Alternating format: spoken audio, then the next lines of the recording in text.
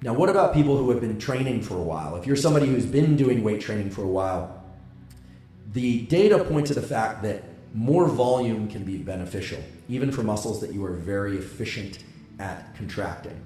Now, the curve on this, the graph on this, begins again at about 5 sets per week for maintaining a given muscle group and extends all the way out to 25 or 30 sets per week. However, there are individuals who, for whatever reason, can generate so much force, they're so good at training muscles, that they can generate so much force in just 4 or 6 or 8 sets that doing this large volume of work is actually going to be counterproductive. So everyone needs to figure out for themselves, first of all, how often you're willing to do resistance exercise of any kind. And again, it doesn't matter if you're using bands or weights or body weight.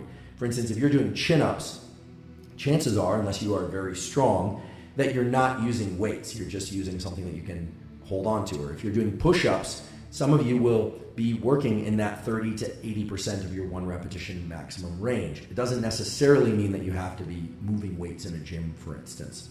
So the purpose here is to figure out what muscles you're trying to train. That's an issue that we'll talk about in a moment.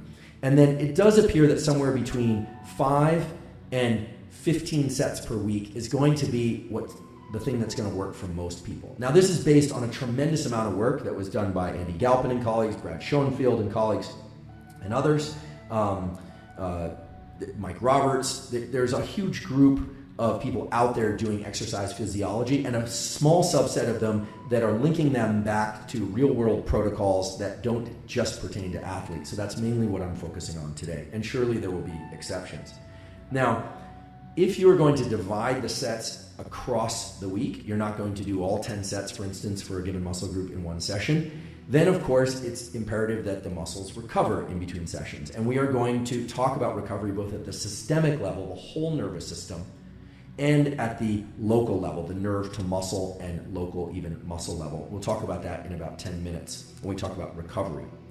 I do want to mention something very important, which is that everything I'm referring to here, it has to do with full range of motion, okay? And you might ask, well, what about the speeds of movements? This actually turns out to be a really interesting data set.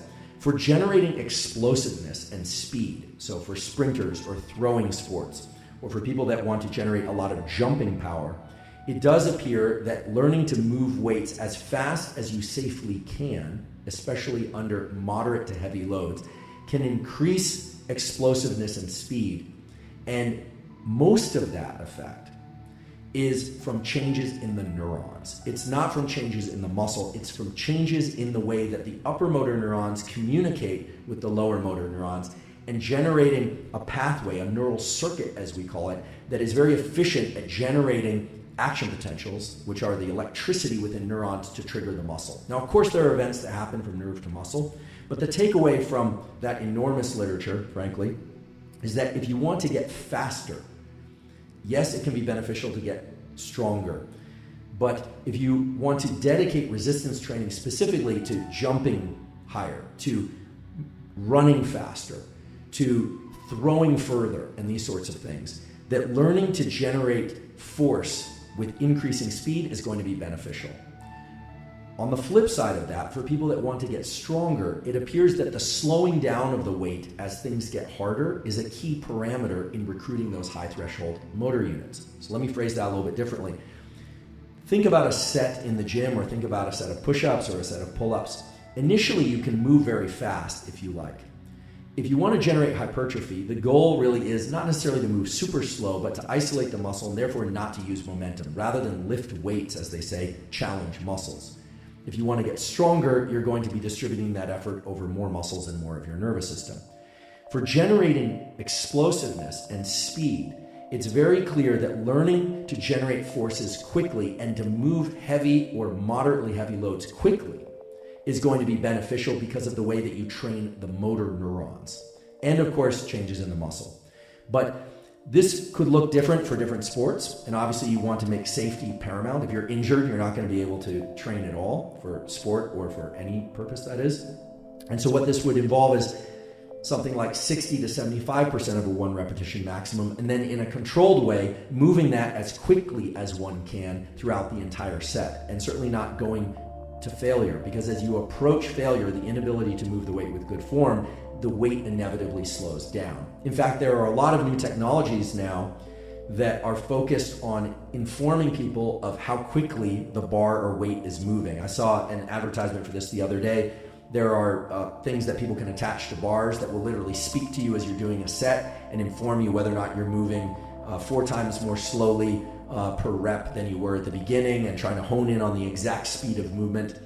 In talking to these experts prior to this episode, it does appear that for sake of hypertrophy, as long as you're not moving the muscles so quickly that you start to distribute the effort to lots of other muscles, it doesn't really matter. Because as the set gets harder, the motor units that you recruit will increase, the number of neurons that you recruit and the number of muscle fibers, and particularly these high threshold muscle fibers, will increase. And so it's really only for purposes of hypertrophy that you really need to be concerned about how quickly the weight is slowing down. However, if you're trying to get faster, more explosive, and generate more speed and jumping power, throwing power, things of that sort, you never really want to use a weight or get to a portion of the set where you're moving the bar very, very slowly. And I'm sure as I say that, some of the exercise physiologists and advanced trainers out there will come after me with pitchforks, which is fine. I'd love to see the literature that shows that low gear, slow movements with very heavy weights can indeed improve